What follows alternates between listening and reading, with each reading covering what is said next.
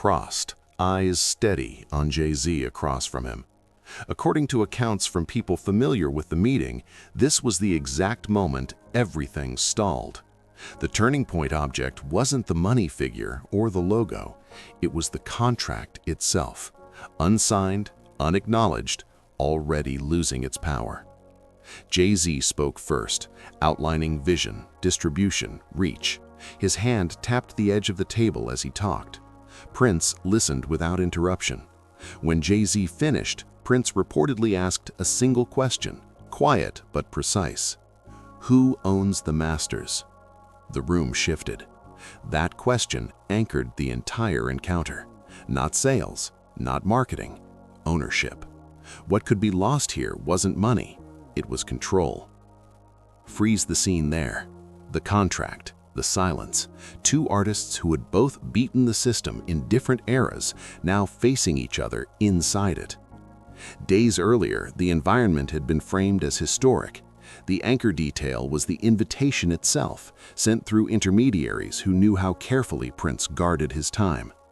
Jay-Z's camp positioned the meeting as a bridge between generations, the icon of artistic independence and the mogul who had turned rap into boardroom power. The industry buzzed quietly. A Prince-Jay-Z deal would signal something larger than music. It would suggest that ownership battles had finally evolved. Prince arrived with context no one else in the room carried. The anchor detail was his past, decades earlier, standing on stages with "slave" written on his face, fighting Warner Bros. Over masters and release schedules. That history wasn't nostalgia, it was muscle memory. Every contract still looked like a potential trap until proven otherwise.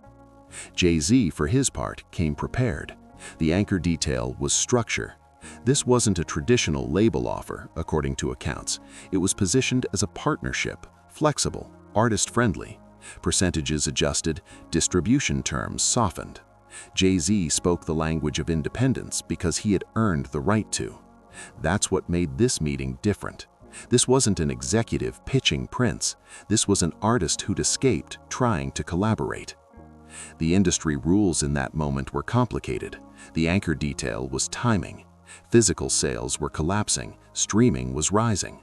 Ownership had become abstract, buried under platforms and licensing. For younger artists, deals were about visibility.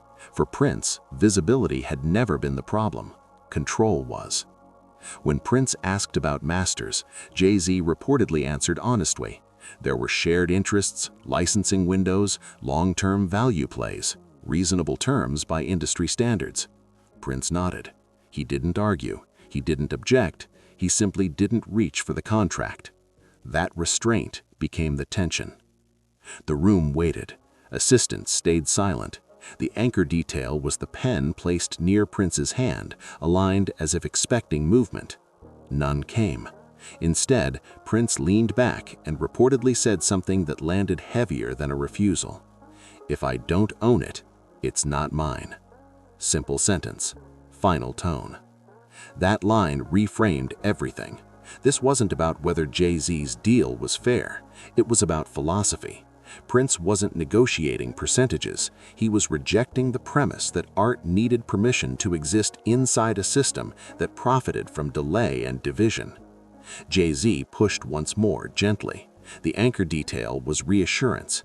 He spoke about scale, about reaching new audiences, about legacy. Prince listened again, then he shook his head. According to insiders, he smiled, not dismissively, but knowingly, as if he'd already lived the future the deal was promising and chosen a different one. The stakes sharpened. A collaboration here could legitimize a new model of black ownership at the highest level. Turning it down risked looking stubborn, outdated, impractical. Prince understood that. He turned it down anyway. That choice wasn't emotional, it was consistent. The meeting ended without conflict. The anchor detail was the contract left exactly where it started, flat on the table. No signatures, no amendments, just paper representing a world Prince had already decided not to re-enter.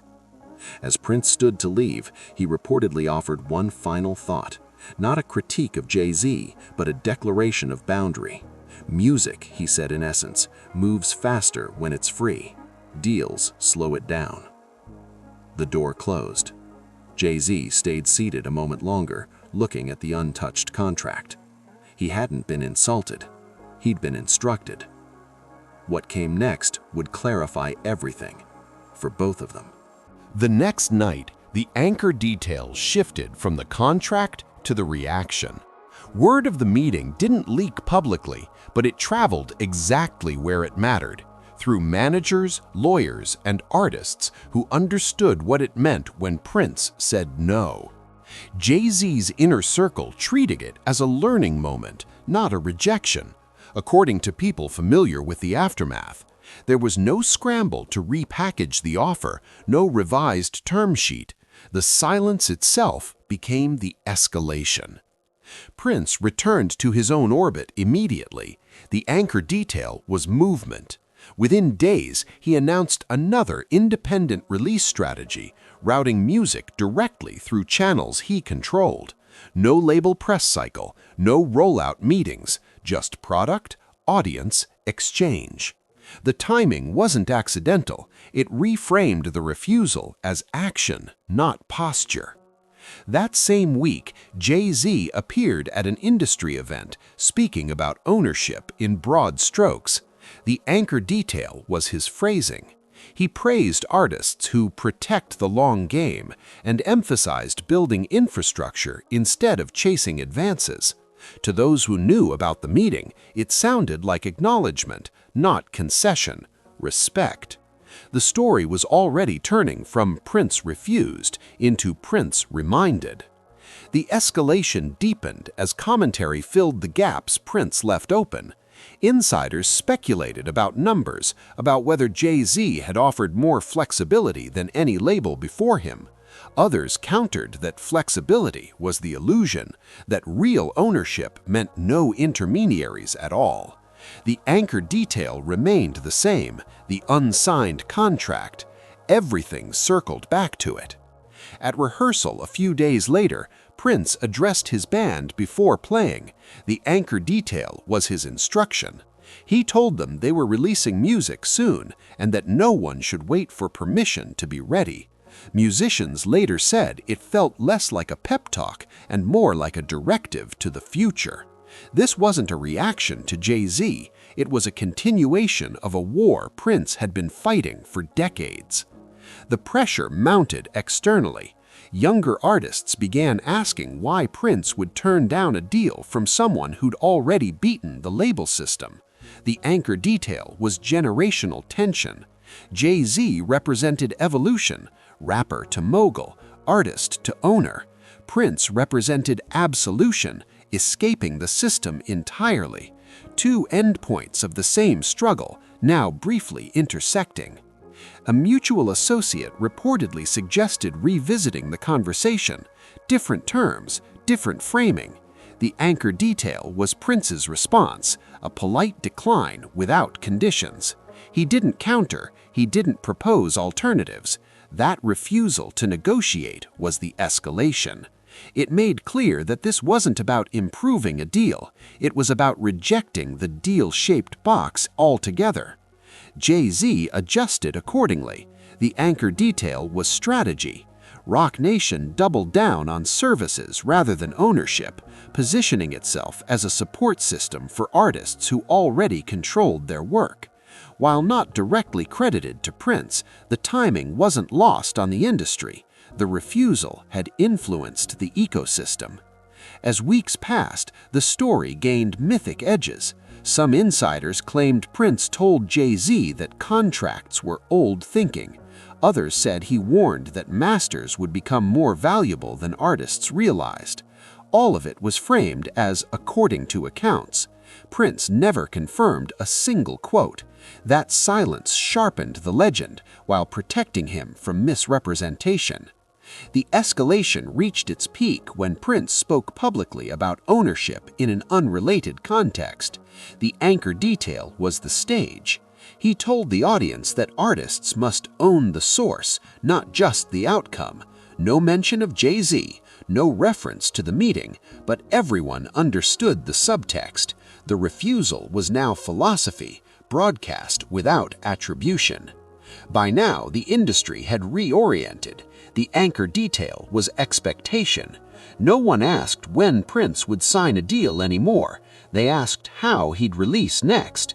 The conversation shifted from access to autonomy. That shift was the real escalation, the moment when a single refusal began to alter how power was discussed. The tension now sat at the edge of the core incident again.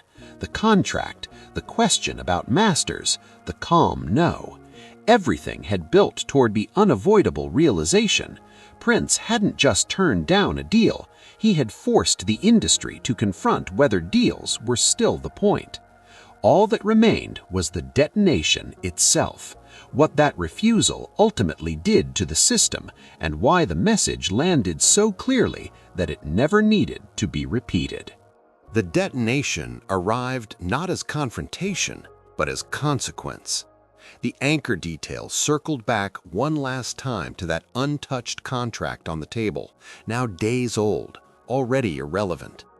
Prince's refusal didn't echo through press releases or diss tracks. It echoed through behavior. The system adjusted because it had to. Within a week, Prince released music on his own terms again. The anchor detail was the method: direct-to-fan channels, limited windows, no intermediaries holding leverage, no apology, no explanation. The refusal had become policy. For anyone paying attention, the message was unmistakable. Prince wasn't rejecting Jay-Z, he was rejecting the assumption that power must be delegated to be multiplied.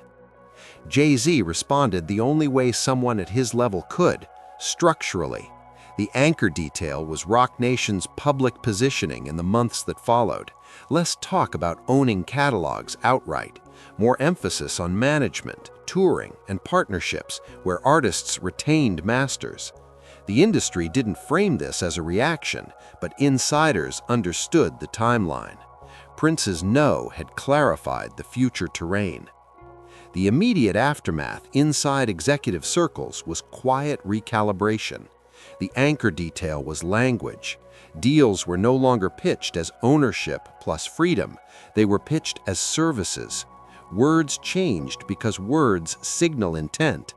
Prince had exposed how often flexibility was used to disguise control.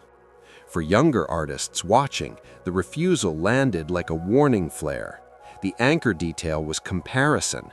If Prince, global icon, catalog monster, proven revenue, could still see danger in a deal from Jay-Z, then no contract was inherently safe. The question shifted from, is this a good deal, to, why is there a deal at all? Prince never publicly detailed the meeting. That omission mattered. The anchor detail was restraint. By not narrating the encounter, he prevented it from becoming a morality play about personalities. Instead, it remained about principle. The industry couldn't dismiss it as ego or rivalry. There was nothing to quote, nothing to debate, only outcomes to observe. Years later, Jay-Z would speak openly about artists needing to own their work from day one. The anchor detail was emphasis. He framed ownership as non-negotiable, not aspirational. That alignment didn't erase the difference between them, but it showed the impact. Prince's refusal had reinforced a truth even moguls had to respect. The broader cultural meaning hardened with time. In Black music history, ownership has always been the unfinished fight. The anchor detail here was continuity. Prince's stand against Warner Brothers, his public battles, his independent experiments, all of it culminated in that quiet moment with Jay-Z. The deal he turned down was the proof that the struggle hadn't ended just because the faces in charge had changed. What Prince made clear was brutal in its simplicity. Power isn't proven by who offers you a deal. It's proven by whether you need one. Turning down Jay-Z wasn't a flex, it was a measurement. Prince measured his freedom against the contract and found the contract lacking. The final consequence was permanence. No one seriously attempted to sign Prince again after that. The anchor detail was absence.